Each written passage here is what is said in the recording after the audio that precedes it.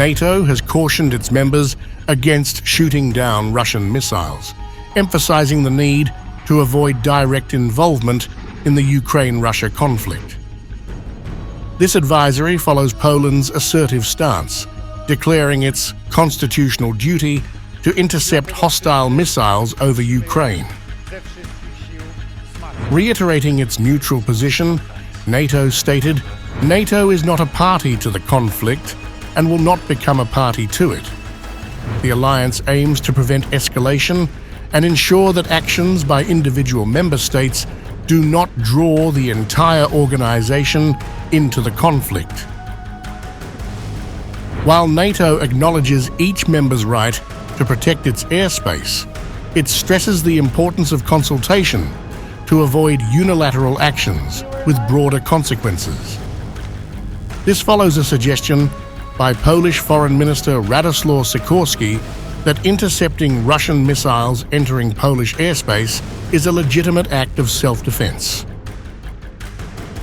Sikorski elaborated, "When hostile missiles are on course to enter our airspace, it would be legitimate self-defense, because once they do cross into our airspace, the risk of debris injuring someone is significant." Poland has been vocal about its responsibility to shield its airspace from Russian threats. Membership in NATO does not override each country's responsibility to protect its own airspace. "It's our constitutional duty," Sikorski told the Financial Times, highlighting that intercepting missiles headed toward Polish territory is a necessary national security measure. This stance comes in the wake of several incidents where Russian missiles or drones breached Polish airspace, intensifying Poland's sense of urgency.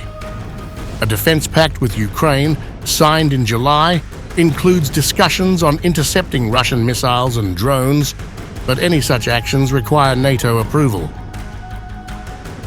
Deputy Prime Minister Władysław Kosiniak-Kamysz underscored Poland's strategic position as a NATO frontline state facing increasing threats from the Russian invasion of Ukraine and hostile actions from Belarus.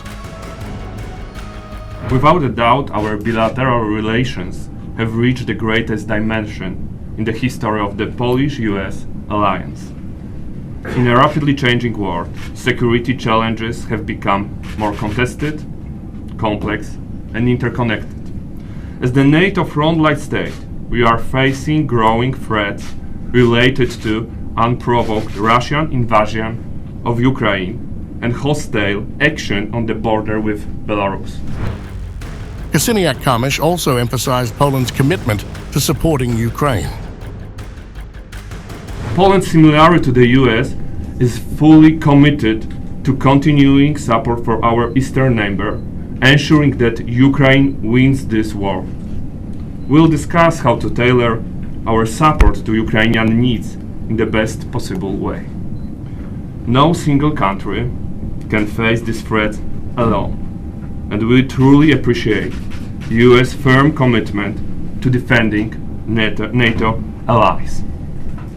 The US military presence in Poland is a strong proof of the effective deterrence which is crucial for the security for all frontline countries.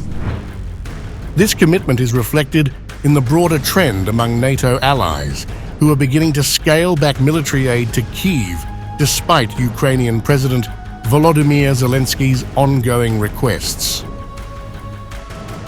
Germany, for example, has announced a substantial reduction in its military aid to Ukraine, citing budgetary constraints. Finance Minister Christian Lindner indicated that aid will be halved, starting in 2025, with future funding expected from European sources or through interest on frozen Russian assets.